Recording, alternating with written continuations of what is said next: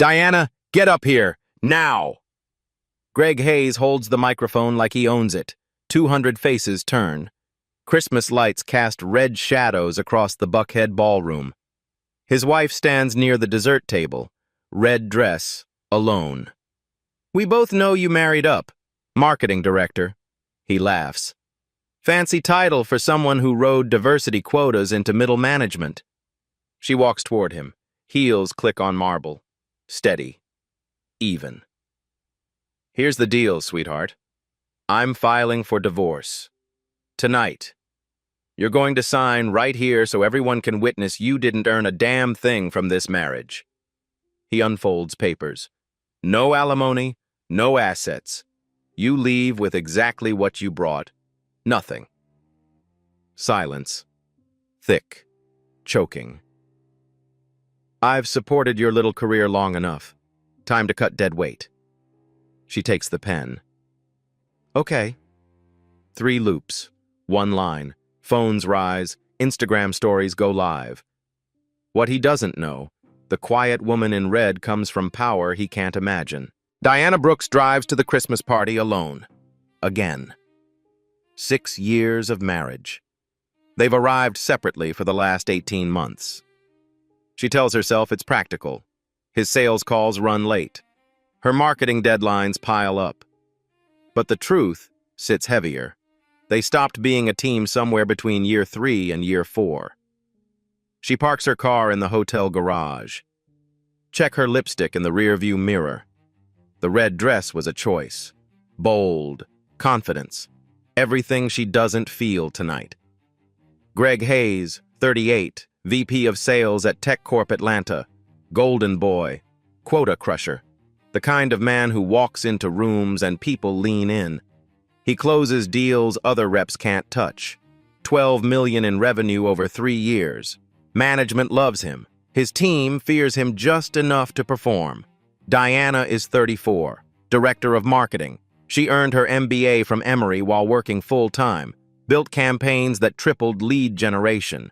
Her team respects her, quietly. The way women in tech learn to respect each other when the room is mostly men.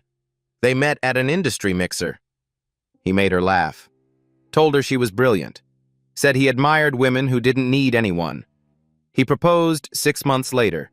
She said yes because he seemed safe, present, different from the men who fetishized her blackness or ignored it completely. He said once, early on, I married you for love, Diana, not connections. She didn't understand the comment then. She kept her maiden name professionally. Brooks at work, Hayes in personal life, compartmentalized, clean. She never mentioned her family, never brought her father to company events, never used his name to open doors. Her father, Lawrence Brooks, 62, CEO of Brooks Holdings, private equity firm based in Nashville. He built his wealth slowly, carefully, invested in mid-size companies with strong fundamentals. Tech Corp was one of them. Acquired 73% ownership in 2019. Public record, Georgia Secretary of Estate filing. Anyone could look it up. Greg never did. Diana enters the ballroom. White lights strung across the ceiling. Evergreen garlands on every table. Open bar. 200 employees and their spouses. The smell of expensive cologne and evergreen. Holiday music humming under conversations. Greg stands near the bar. His hand rests on a colleague's shoulder. He laughs. Loud. Performative. He doesn't look for her when she walks in. She finds her marketing team near the back. They smile. Hug her. Ask about holiday plans. She lies. Says things are fine. Work is good. Marriage is fine. Everything is fine. At 9:15, Greg texts her. I need to talk after my speech. She doesn't respond. At 9:30, he takes the microphone. No one asked him to. He just does. Diana's stomach drops. She knows that look. The one he gets when he's about to win something. When a deal closes. When a competitor falls. When he gets what he wants. Her phone buzzes. A text from her father. Call me when you can. She silences it. Greg's voice fills the room. Before we toast to another great year. Diana's hands go cold. I need my wife to do something for me. Diana walks toward him. Every step is measured. The room watches. She can feel eyes on her back, on her dress, on her face. Greg holds the microphone in one hand, divorce papers in the other. We both know this marriage is over, he says. His voice carries to every corner. Let's end it with dignity, right here, right now. No lawyers dragging it out. Someone near the front coughs. A glass clinks against a table. No one moves. He reads the terms, loud, clear. No alimony, no shared assets, clean break. You keep your career, I keep mine. He pauses, looks at her. You didn't marry me for money anyway. Right, Diana? Her throat tightens. She doesn't answer. Sign it, he says. Holds out a pen. Then we can both move on like adults. The silence is heavy, suffocating. She can hear her own heartbeat, hear ice shifting in someone's drink, hear the faint buzz of the overhead lights. Her hand reaches for the pen. It doesn't shake. She trained herself years ago not to let her hands shake in rooms full of people who expect her to fail. 3 loops, 1 straight line. Done. She places the pen on the table, turns, walks toward the exit. Behind her, Greg's voice again. See? Mutual. No drama. Just 2 adults being honest. Someone laughs. Nervous. Uncomfortable. Another person clears their throat. Diana's heels click on marble. Steady. Even. She doesn't look back. The doors close behind her. The hallway is empty. Quiet. She leans against the wall. Breathes. Her phone buzzes. Texts flooding in.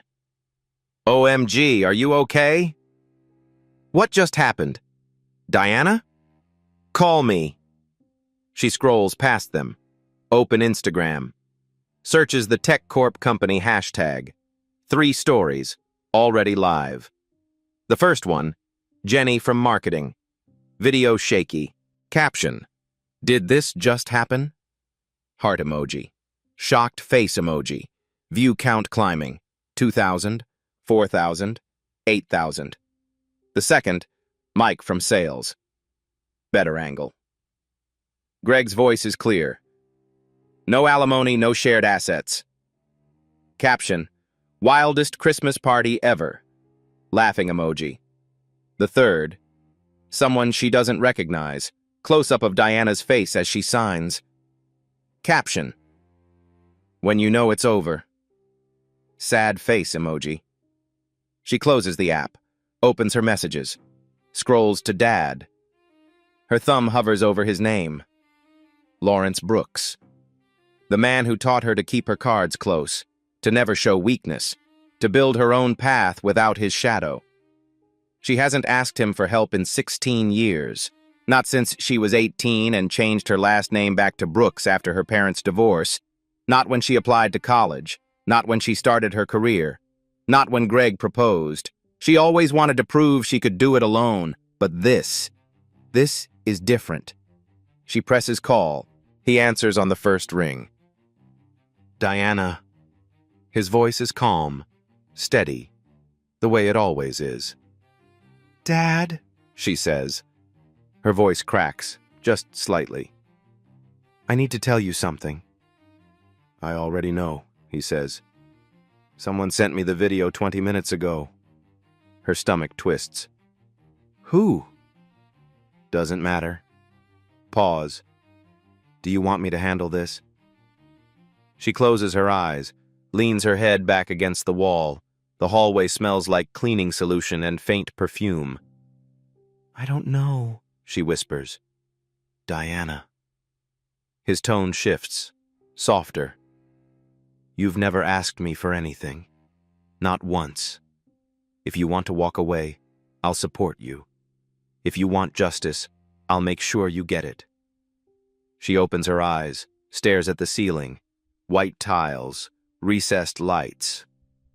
"What would justice look like?" she asks. Lawrence is quiet for 3 seconds. Then, "The truth, on record, with consequences." Diana exhales, long, slow. "Okay," she says. "Do what you need to do." "Are you sure?" She thinks about Greg's face, his smile, the way he handed her the pen like he was doing her a favor. "Yes," she says. "I'm sure." "Good," Lawrence says. "Go home. Don't respond to anyone. I'll call you tomorrow." The line goes dead. Diana pushes off the wall, walks to her car, starts the engine, drives home. She doesn't cry. Not yet. By 6 a.m., the video has 100,000 views. By 3 p.m., 4.2 million. Diana wakes to her phone vibrating non-stop. Notifications flood her lock screen. Instagram, Twitter, text messages, missed calls. She silences everything. Make coffee, stares out her apartment window. The comments section is a war zone. She probably cheated. He's just done with her. This is humiliating. Why would he do this in public? Modern women want equality until divorce time. Then suddenly they need support. Something's off. Why is she so calm? She's hiding something. He said no drama, but he literally created all the drama. Make it make sense. Y'all are missing the point. He called her out in front of 200 people. That's abuse. The replies split. Half defending Greg, half defending her. Most just watching, eating popcorn, waiting for the next act. December 22nd. Greg appears on a podcast. Real Men Rising. Episode 847. Host Todd Richards. 200,000 subscribers. The kind of show that talks about male excellence and refusing to be emasculated. Diana doesn't listen. Her friend Rachel sends her the transcript. Todd Richards. So you ended your marriage at a Christmas party. Bold move. Walk us through that. Greg Hayes. Look, I'll be honest with you. I supported Diana's career for 6 years. The marketing director sounds impressive, but let's be real. She's a diversity hire. Rode affirmative action into middle management. I watched her coast while I brought in $12 million in revenue. Todd. You carried the financial load. Greg. Completely. And I was fine with it. I loved her. But she started acting like she earned her position, like she didn't need me. So I said, fine. Let's make it official. You don't need me? Prove it. Todd. And doing it publicly? Greg. Transparency, man. I wanted witnesses.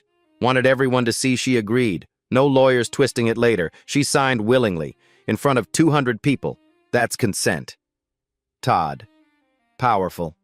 A lot of guys in your position would have let her drag them through court. Greg. Not me, I don't play games. The episode gets shared 60,000 times. Comments flood in. Finally, a man with a spine. King behavior. She thought she could use him and bounce. He said not today. Diana reads 3 comments, closes the app, doesn't open it again. December 23rd, 10 a.m. Her work email dings. From Amanda Torres, HR Director. Subject: Workplace discretion request. Diana, I hope you're doing well given the circumstances. We've become aware of the video circulating online. While we respect your privacy, we need to ask that you maintain a low profile and avoid discussing personal matters with colleagues to preserve team morale during the holiday season. Please confirm receipt of this email. Best, Amanda. Diana reads it twice. Her hands tighten around her coffee mug. She opens her sent folder, searches for emails between Amanda and Greg. Nothing. No email asking him to maintain a low profile. No request for discretion. He's on sales calls. Business as usual. LinkedIn active. Posting about crushing Q4 goals. She calls her friend Maya. Marketing coordinator. Sits 3 desks away from her. They emailed you? Maya asks. Not him? Just me, Diana says. That's insane. He's the one who caused this. HR doesn't see it that way. Maya is quiet for a moment. Then, Diana, people here are talking. Some are on your side. But management is protecting him. He brings in too much revenue. They won't touch him. Diana knows. She's worked in tech long enough. The rules are different for top performers, especially men, especially white men who close deals. Thanks for telling me, Diana says. What are you going to do? Maya asks. Diana looks at the HR email, at the word discretion, at the word morale. I'm going to resign, she says. What? No. Diana, don't let them push you out. They're not pushing me out. I'm choosing to leave. She hangs up. Opens a blank email. To Amanda Torres. CC. Her entire marketing team. Subject, resignation. Amanda, I resign from my position as Director of Marketing, effective immediately. Thank you for the opportunities over the past 6 years. Diana Brooks. She hits send before she can second-guess herself. Her phone rings 30 seconds later. Her father. I saw the podcast, Lawrence says, and I saw the HR email. They forwarded it to legal. How did you... Doesn't matter. Did you resign? Yes. Good, he says. You don't need them. Now we move. What does that mean? It means I'm exercising my rights as a majority shareholder. Brooks Holdings is initiating a full compliance audit of TechCorp. Expense reports, HR files, employee exit interviews, everything. Diana's breath catches. Dad, that's necessary, he says. If they protect him, they'll protect others. This isn't about you anymore. This is about patterns. When? Audit notice goes out December 26th. Carter and Associates, Forensic Accounting. They'll have 7 days to produce documents. Diana closes her eyes. He's going to know it's because of me. Let him think that, Lawrence says. Let him think you're bitter. Let him think you're using me. The truth will speak for itself. That evening, Diana's phone buzzes. Text from Greg. Heard you quit. Probably for the best. You weren't cut out for that level anyway. Good luck with whatever's next. She doesn't respond. She pours herself wine, sits on her couch, turns off her phone. Tomorrow, the audit begins. Diana Brooks. Maiden name, Diana Brooks. Married name, Diana Hayes. At work, Diana Brooks. Greg never asked why she kept her maiden name professionally. If he had, he might have Googled it. December 24th, Christmas Eve. Diana sits in her apartment. No tree, no decorations, just silence. Her phone rings. Lawrence. The audit notice went out this morning, he says. TechCorp executives received it 2 hours ago. What does it say? Brooks Holdings is exercising audit rights per the shareholder agreement. Scope: expense reports, HR complaint files, employee exit interviews, past 5 years. External auditor, Carter and Associates. They specialize in forensic accounting, corporate fraud, employment law violations. Diana's stomach tightens. They'll know you're doing this because of me. They'll suspect, Lawrence says. But the audit is legal. Standard shareholder oversight. They can't refuse. Who else knows? About us? No one at TechCorp. I've kept my distance deliberately. Never visited the Atlanta office. All board meetings are virtual. I wanted you to build your career without my shadow. Diana's throat tightens. She never told anyone at work. Never mentioned her father's name. Never used his connections.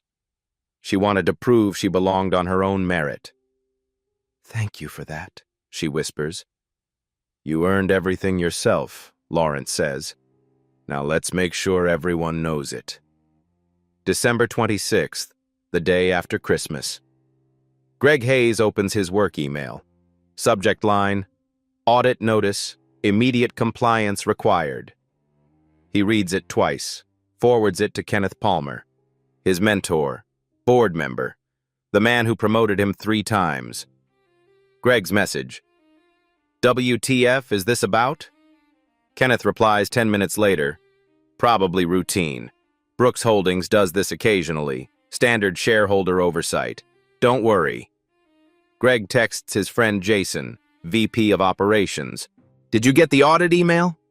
Jason. Yeah, expense reports and HR files. Pain in the ass, but whatever. Greg. Why now? Jason. Who knows? Probably end-of-year compliance stuff. Greg leans back in his chair, thinks. Brooks Holdings. He's heard the name. Majority shareholder, owns 73%. Some private equity firm out of Nashville. He Googles Brooks Holdings CEO. Lawrence Brooks, 62. Founded the firm in 1998. Net worth estimated at $400 million. Investments in tech, healthcare, manufacturing. Greg scrolls through images. Professional headshots. Conference panels. Nothing interesting. He closes the tab. Texts his friend. My ex-wife's dad apparently runs some holding company. She's probably trying to get him to mess with me. Pathetic. Won't work. Jason. Seriously? Greg. Yeah. Last name Brooks. Can't be a coincidence. Jason. That's wild. But dude, if he owns the company, you might want to be careful.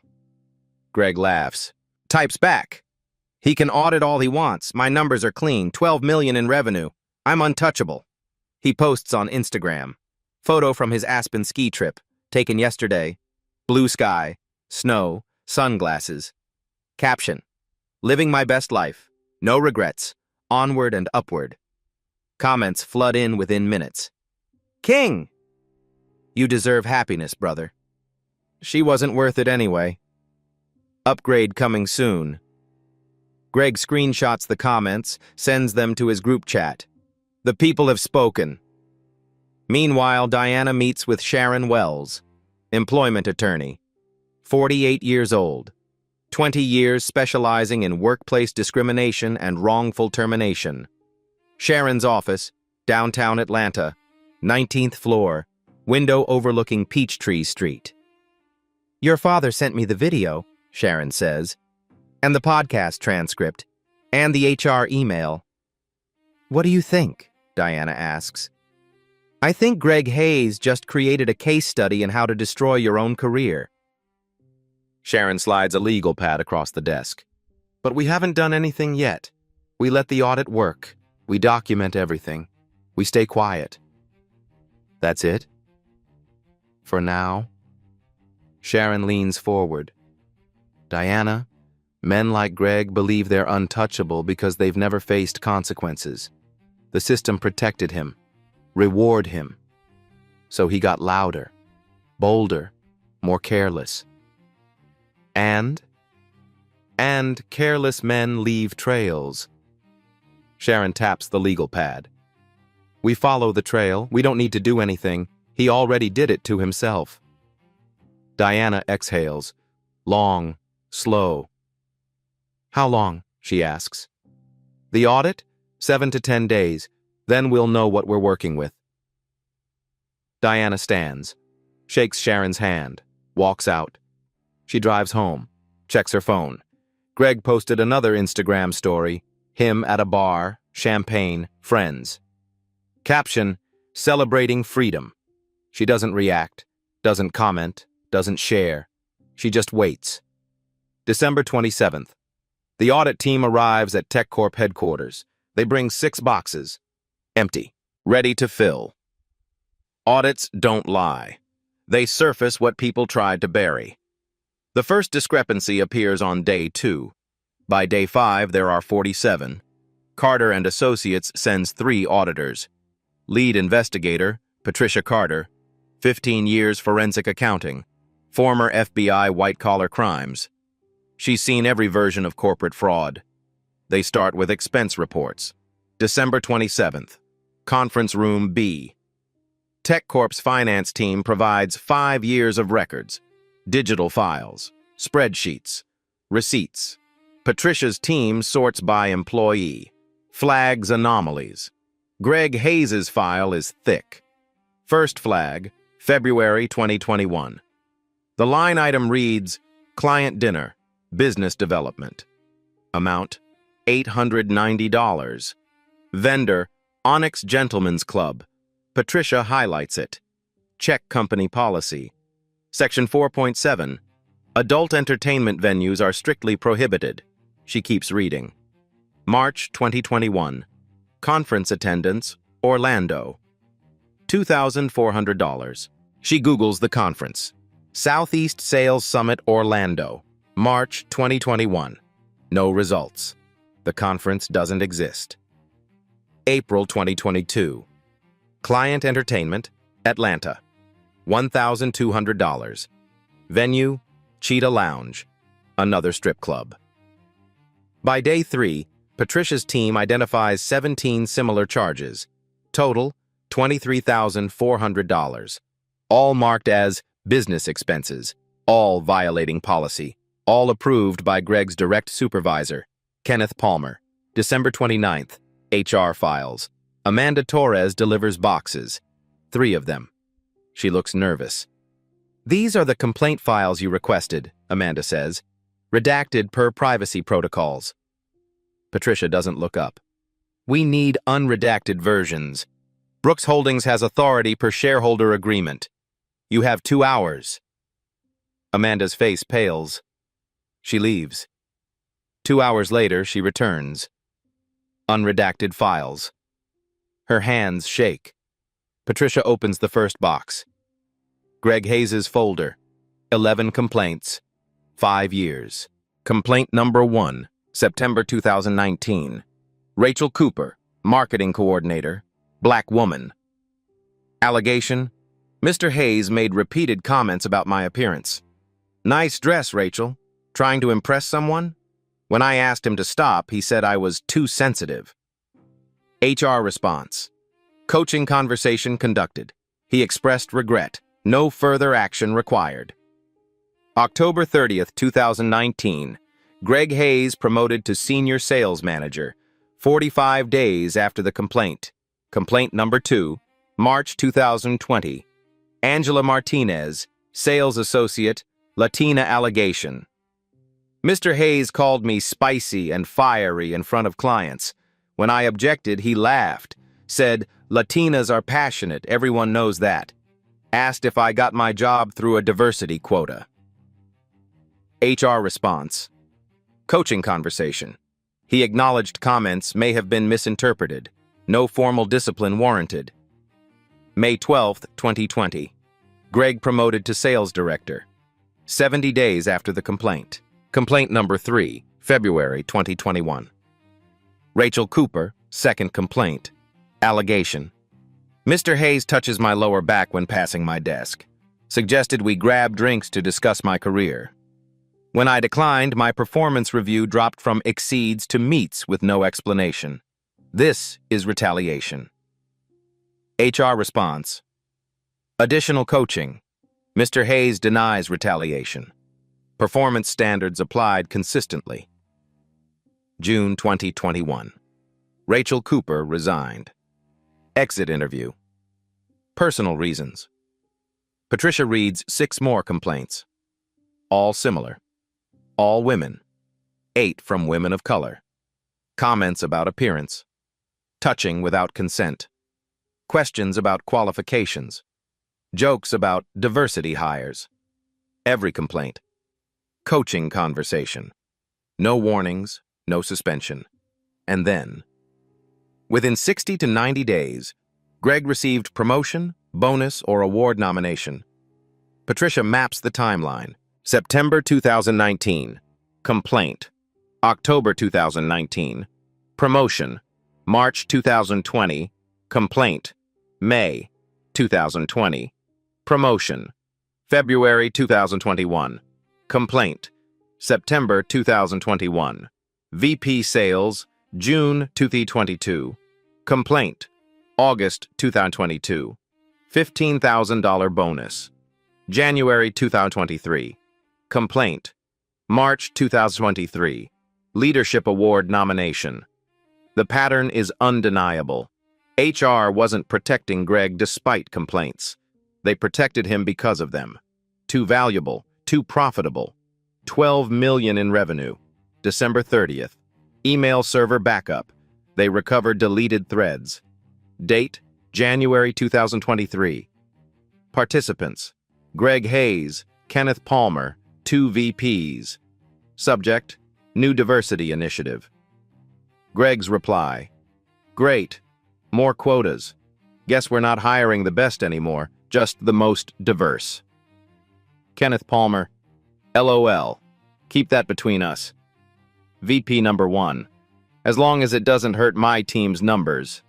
VP number 2, DEI bingo coming soon. Greg, someone should tell HR that diverse isn't a qualification. The thread continues. Jokes about oppression Olympics. Mocking unconscious bias training. 23 pages. Patricia adds it to evidence. January 2nd. Exit interviews. 11 women filed complaints. Where are they now? Rachel Cooper. Resigned. Works retail. Salary cut in half. Angela Martinez. Transferred. Lower visibility. No promotions since. 4 others. Resigned within 6 months. 2. Poor performance reviews immediately after complaining. Both placed on improvement plans. Patricia calls a former employee. I filed a complaint, the woman says. Voice quiet, tired. HR said they'd handle it. Then my manager documented everything. Every email, every mistake. I couldn't breathe. So I quit. Did they tell you why? No, but I knew. If you complain about Greg Hayes, your career is over. He brings in money. They'll protect him, not you. Patricia reviews the employee survey. December 2024. Question. Do you feel leadership prioritizes culture over performance metrics? 78%. No. The question. Do you feel the workplace is inclusive? 41% of women. No. 67% of women of color. No. Free text comments.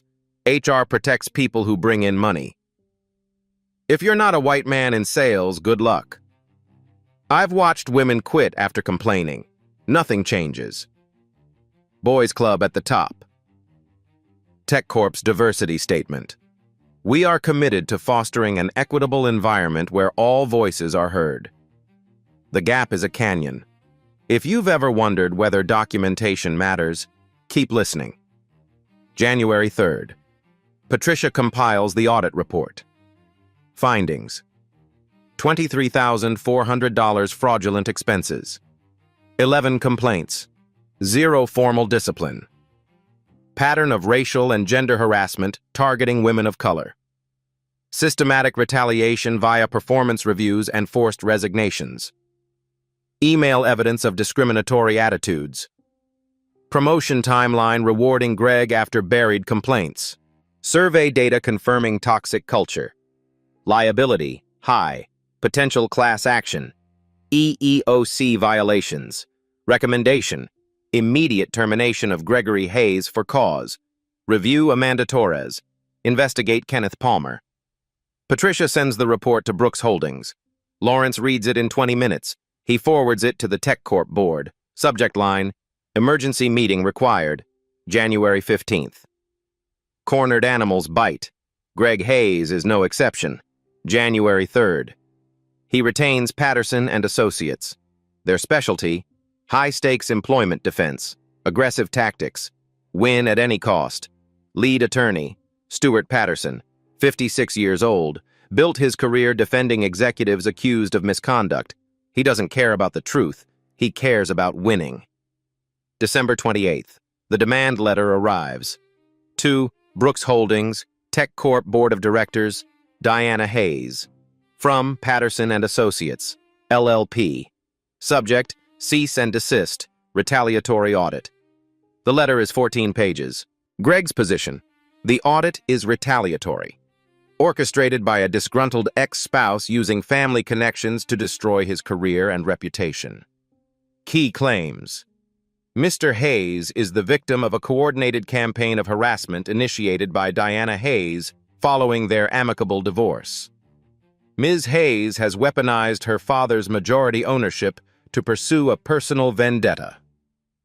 The timing of this audit, immediately following their separation, demonstrates clear retaliatory intent.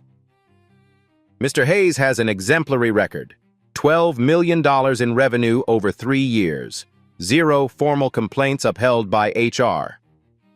The letter demands immediate cessation of the audit, threatens defamation lawsuit if findings are made public, requests $500,000 settlement for emotional distress and reputational harm. Sharon Wells reads it to Diana over the phone. "This is posturing," Sharon says. "Standard aggressive defense. They're hoping you'll back down." Diana sits in her apartment, silent. "Diana?" "I'm here," she says. "What do we do?" "Nothing. We let the audit finish. His lawyer can threaten all he wants. The evidence speaks for itself." But Greg doesn't stop there. January 4th. An article appears online. Business Insider Atlanta. Local outlet. 70,000 followers. Headline: Tech executive claims audit is ex-wife's retaliation. The article is 800 words, anonymous sources, likely Greg's friends. Key quotes: Sources close to Hayes describe him as an ambitious sales leader caught in a messy divorce. Colleagues say Diana Hayes struggled in her role and resented her husband's success.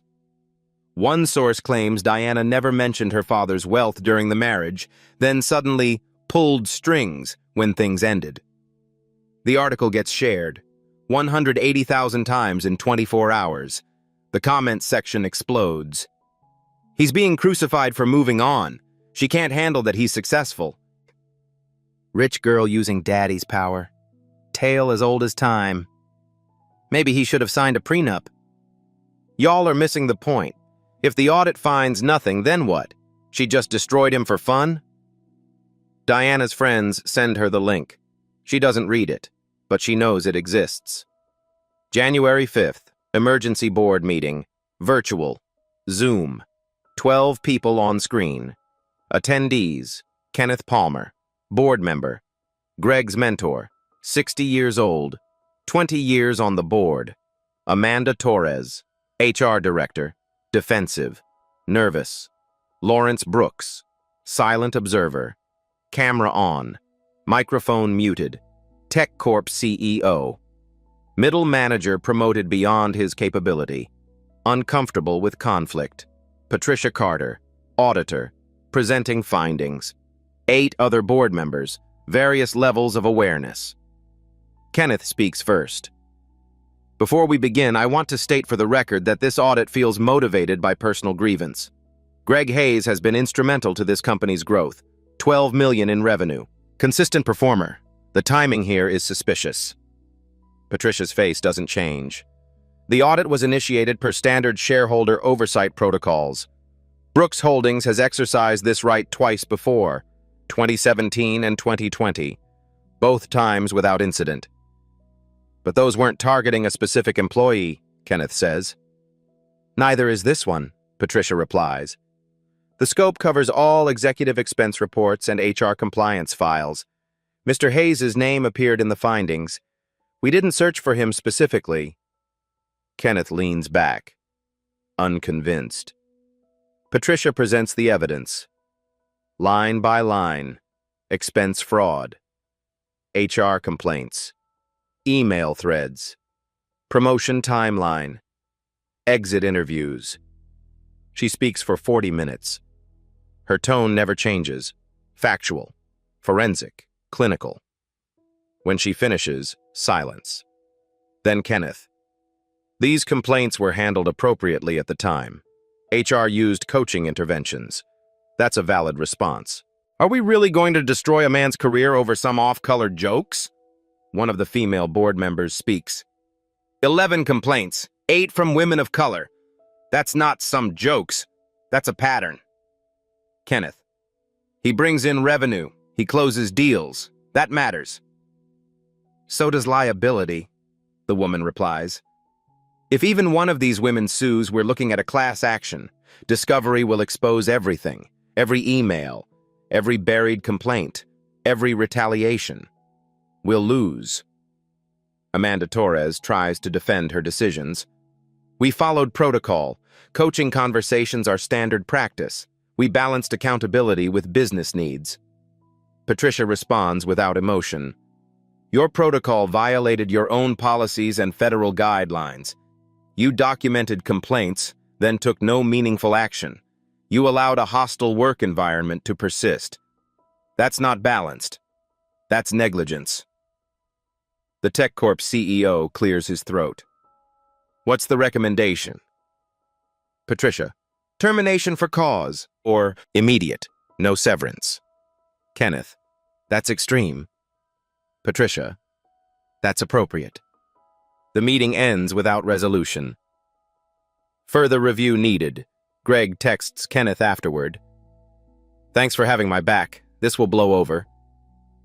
Kenneth doesn't respond immediately. He's starting to worry. January 6th. Diana sits in her apartment, stares at her phone. The demand letter. The article. The board meeting summary Sharon sent her. She thinks about stopping. About calling her father. About saying, let's drop this. Her phone buzzes. Text from an unknown number. Hi, Diana. My name is Rachel Cooper. I worked at TechCorp 2020 to 2021. I filed a complaint against Greg Hayes. I need to tell you what he did to me. Diana stares at the message. Her hands start shaking. She types back, I'm listening. Justice isn't always empowering. Sometimes it's just heavy. January 7th. Diana meets Rachel Cooper at a coffee shop in Decatur. Small place, quiet, away from downtown, away from TechCorp, away from anyone who might recognize them. Rachel arrives first, 29 years old, black woman, hair pulled back, no makeup. She looks tired, the kind of tiredness that doesn't go away with sleep. Diana sits across from her, orders coffee. Neither of them will drink. Thank you for meeting me, Rachel says. Her hands wrap around her cup. They're shaking slightly. Thank you for reaching out, Diana says. Rachel takes a breath. I saw the video, the Christmas party. I saw what he did to you. Pause. He did it to me too. Different versions, same cruelty. Diana listens. Rachel's story comes slowly, in pieces. She worked at TechCorp for 2 years, marketing coordinator. Good at her job. Loved her team. Then Greg started noticing her. Comments about her appearance. Nice dress, Rachel. Trying to impress someone? Questions about her hair. You should wear it down. It's more professional. She ignored it at first. Then it escalated. He touched her lower back when passing her desk. Suggested drinks after work to discuss career growth. She declined. He laughed. Said she was playing hard to get. She filed a complaint. September 2019. HR called her in. Asked her to describe everything. She did. They took notes. Said they'd handle it. 2 weeks later, coaching conversation with Greg. He apologized. Said it was a misunderstanding. 1 month later, he was promoted. Rachel kept working. Kept her head down. Avoid him when possible. February 2021. He cornered her in the break room. Asked why she was still being cold to him. She said she was uncomfortable. He said she was holding a grudge. Her performance review came back. Downgraded. Meets expectations instead of exceeds. No explanation. No warning. She filed another complaint. HR said they'd investigated the first one, found no wrongdoing. Suggested she focus on professional development. She quit 3 months later. I couldn't afford to leave, Rachel says. Her voice cracks. But I couldn't afford to stay either. My mental health was... She stops, wipes her eyes. I work retail now. I make half what I made there. I had to move back in with my parents. Diana's throat tightens. I thought I was the only one, Rachel says. I thought maybe I was too sensitive. Maybe I misread things. Maybe it was my fault. It wasn't, Diana says. I know that now. Rachel looks at her. When I saw the video, I realized he does this to women who can't fight back, women of color especially, women he thinks have no power. Diana nods. She can't speak. Over the next 2 days, 5 more women reach out. Former employees, current employees using anonymous emails. Their stories follow the same pattern.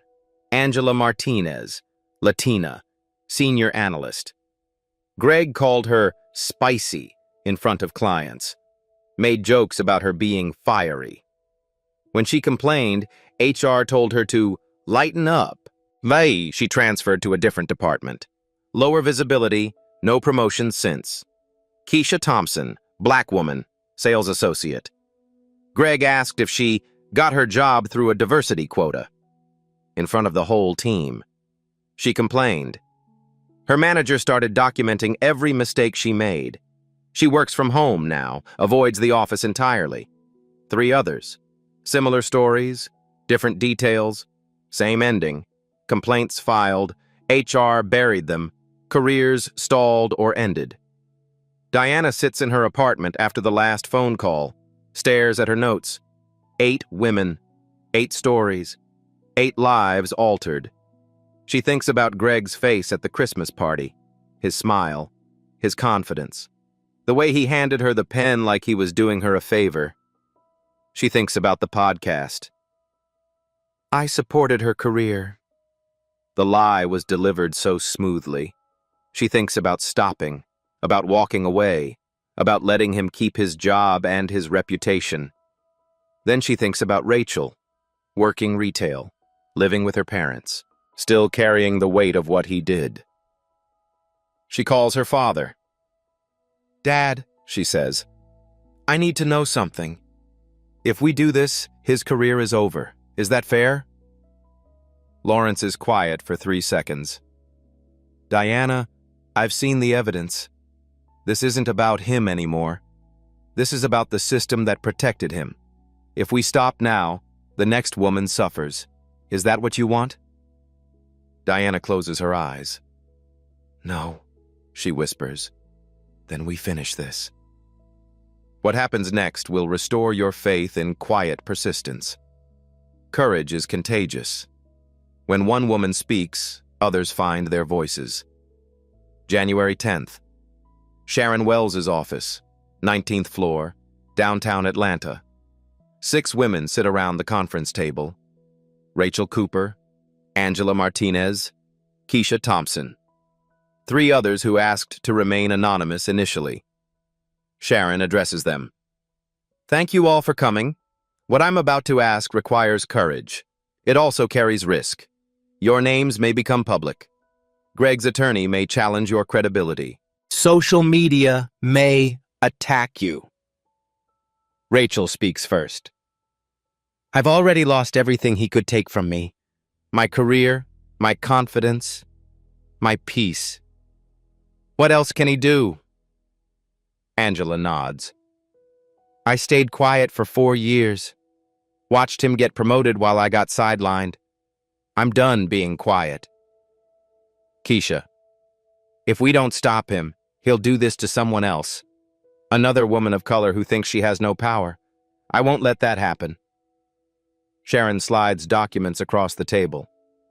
These are sworn affidavits, legal statements. You'll describe what happened. When, where, who you reported to, what HR said, everything. You'll sign them under penalty of perjury. One woman hesitates. What if they don't believe us? They will, Sharon says, because you're not alone. 6 of you. Same pattern, same failure. That's not a coincidence. That's evidence. January 11th. All 6 women sign. Notarized, witnessed, legal. Rachel's statement runs 3 pages. Details every comment, every touch, every complaint, every HR failure. Angela's statement includes email screenshots, messages from Greg calling her too emotional and dramatic. Keisha's statement includes performance review documents. Before complaining, exceeds expectations. After complaining, needs improvement. The statements stack into a file 2 inches thick. Sharon sends copies to Lawrence Brooks, to the Tech Corp board, to Patricia Carter. Evidence, documented, undeniable. January 11th, evening.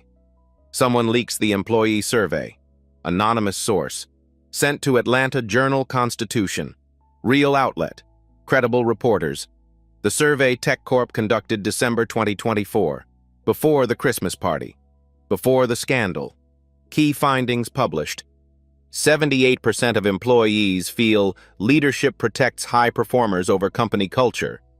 41% of women report workplace not inclusive. 63% are aware of complaints being dismissed without action. The free text comments anonymized but devastating. Boys Club at the top. HR is useless if you're not profitable. I've watched women quit after complaining. Nothing changes. The article runs January 12th. Headline: Tech firm's internal survey reveals culture crisis. The article doesn't name Greg, legal reasons, but the timing is clear. Comments flood in. This is every tech company. Glad someone's finally exposing it. Hope the women who complained are okay. This system is broken. If you protect abusers because they make money, you're not a company. You're a cult. January 12th, afternoon. A LinkedIn post goes viral. Author: senior female manager at a different Atlanta tech firm. Not Tech Corp, but close enough to matter. The post: I've watched a story unfold this month. A woman humiliated publicly, a pattern of behavior ignored, a system protecting the wrong people. To every woman who's been told, that's just his humor or he doesn't mean harm, I see you. Your experiences matter. Your complaints aren't overreactions. To every leader who's looked the other way because someone brings in revenue, you're complicit. Talent doesn't excuse abuse. We can do better. We must do better. The post gets 47,000 likes in 24 hours, 12,000 shares. Comments become a movement. Women across industries share similar stories. Name companies, name patterns, name the cost of silence. Hashtag not just one-man trends in Atlanta, then Georgia, then nationally. Diana reads the post, reads the comments, reads hundreds of women saying, "Me too." For the first time in 3 weeks, she doesn't feel alone. She texts Rachel, "Did you see this?" Rachel replies, "Yes, we did this, all of us." Diana puts down her phone, stares out her window. The sun is setting, gold light across the Atlanta skyline. She thinks about Greg, about his confidence, his certainty, his belief that he was untouchable. He's about to learn otherwise. Greg Hayes didn't demand a divorce at a Christmas party on impulse. He'd been planning it since April. The question isn't why he did it publicly. That's why he did it in December. January 8th, Lawrence Brooks receives a file. Courier delivery, marked confidential. From Mitchell Investigative Services, private investigator, former FBI. Assignment: determine when Greg Hayes first consulted a divorce attorney. The file is 23 pages. Lawrence reads page 1. His jaw tightens. He calls Diana. "I'm sending you something. Read it, then call me back." Diana opens the PDF 20 minutes later. Finding number 1. Initial consultation. Date: April 18th, 2024. Attorney: Morgan and Associates. Family Law, Atlanta. Greg Hayes met with Thomas Morgan. 90-minute consultation. Topics discussed: Client inquired about optimal timing for divorce filing to minimize asset exposure. Client asked about preemptive filing to establish a timeline before the spouse's financial situation changes. Greg paid $5,000 retainer. April 22nd, 8 months before the Christmas party. Diana's hands go cold. Finding number 2, email communications. Date, November 2nd, 2024. From Greg Hayes to Thomas Morgan, Escrio, email excerpt. We need to move before the end of the year. Diana's father is planning a major acquisition announcement in Q1 2025. She doesn't know the details. He keeps business separate from family. If I wait until after the announcement, her family connections argument gets stronger. She doesn't know her dad's plans. Perfect timing. Diana stops reading. She doesn't know her dad's plans. He knew. Greg knew about the merger. She didn't. Finding number 3, strategic planning. Date, November 18th. Greg to attorney. Can we do it publicly? I want witnesses to her agreement. Less room for her to claim coercion later. Response. Unusual, but if she signs voluntarily in public, that's strong evidence of consent. Diana's stomach turns. The Christmas party wasn't cruel. It was a strategy. He needed witnesses, needed her to sign quickly, needed it to look mutual. Finding number 4, merger context. Brooks Holdings planned announcement. Merger with 2 other firms. TechCorp shares would triple in value. Announcement date, January 28, 2025. Greg's timeline, divorce finalized before announcement. Diana gets nothing from the increase. His calculation, clean break before Christmas. Locked in. No future claims. Diana closes the laptop. 6 years of marriage. He told her once, I married you for love, Diana, not connections. He lied. She calls Sharon Wells. I just read the report. What do you want to do? Sharon asks. I want the board to see this. I want them to know it was calculated. He used me. Then he humiliated me to protect his financial interests. This changes everything, Sharon says. We can challenge the divorce settlement. I don't want his money. I never did. Then what do you want? Diana thinks. 3 seconds. I want him to face what he's done. To me, to Rachel, to Angela, to every woman. I want consequences. Sharon's voice is steady. You'll get them. January 13th. Sharon forwards the report to Lawrence. Lawrence forwards it to the TechCorp board. Subject line, additional evidence for January 15th meeting. Gregory Hayes' premeditated divorce to avoid asset exposure from planned merger. Attachment, 23 pages. Kenneth Palmer opens the email. Read the first page. His face gets pale. He forwards it to Greg. No message. Greg reads it. His hands start shaking. Some trials happen in courtrooms, others in boardrooms. The verdict is the same. January 15th, 2 p.m. Emergency board meeting. Virtual. Zoom. 12 board members. Greg Hayes was invited to attend. He joins from his home office. Suit, tie, professional. He thinks he's going to defend himself. He's wrong. Lawrence Brooks speaks first. His tone is calm, forensic, no emotion. We initiated this audit due to concerns about HR compliance and expense management. What we found exceeded those concerns. He presents the findings. Methodical, line by line. $23,400 fraudulent expenses. 11 HR complaints. 0 formal discipline. Racist email communications. Promotion timeline showing rewards after buried complaints. 6 sworn witness statements. Each receipt displayed on screen share. Each document is time-stamped, sourced, verified. Lawrence's narration, facts only, no editorial. Between 2019 and 2024, 11 formal complaints were filed against Mr. Hayes. Company policy requires formal discipline after 3 complaints involving similar behavior. Mr. Hayes received coaching conversations. No written warnings, no suspension, no demotion. Pause. Within 60 to 90 days of each complaint being filed, Mr. Hayes received a promotion, bonus, or leadership award nomination. The board members lean forward. Some take notes. Some just stare. Lawrence continues. We also have evidence that Mr. Hayes planned his divorce 8 months in advance, consulted an attorney in April, timed the public filing to occur before a planned merger announcement to avoid asset exposure. He shares the email. Greg's words on screen. She doesn't know her dad's plans. Perfect timing. Silence.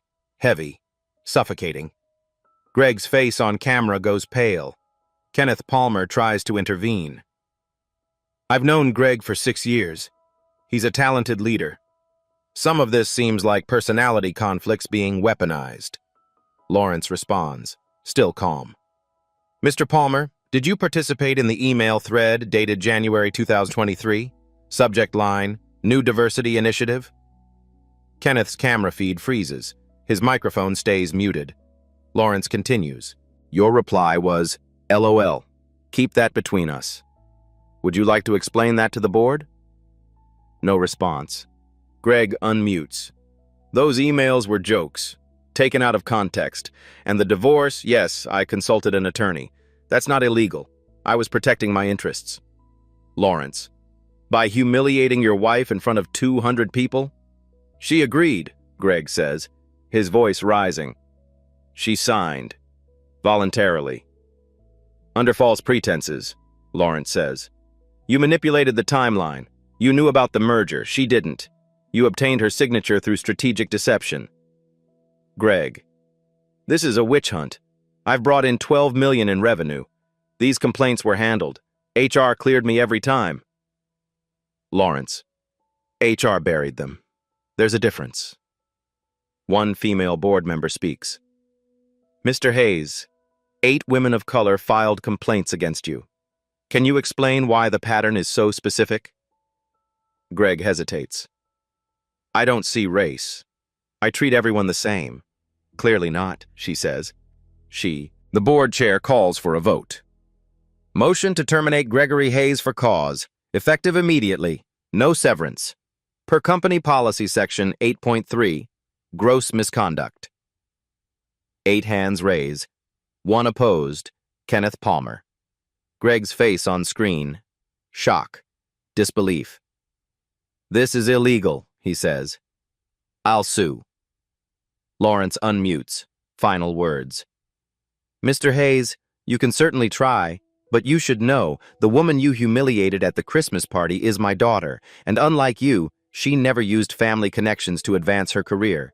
She didn't need to. Greg's camera feed goes black. Meeting ends. Justice doesn't always look like victory. Sometimes it looks like peace. April 2025. 3 months later. Diana Brooks starts a new position. Chief Marketing Officer.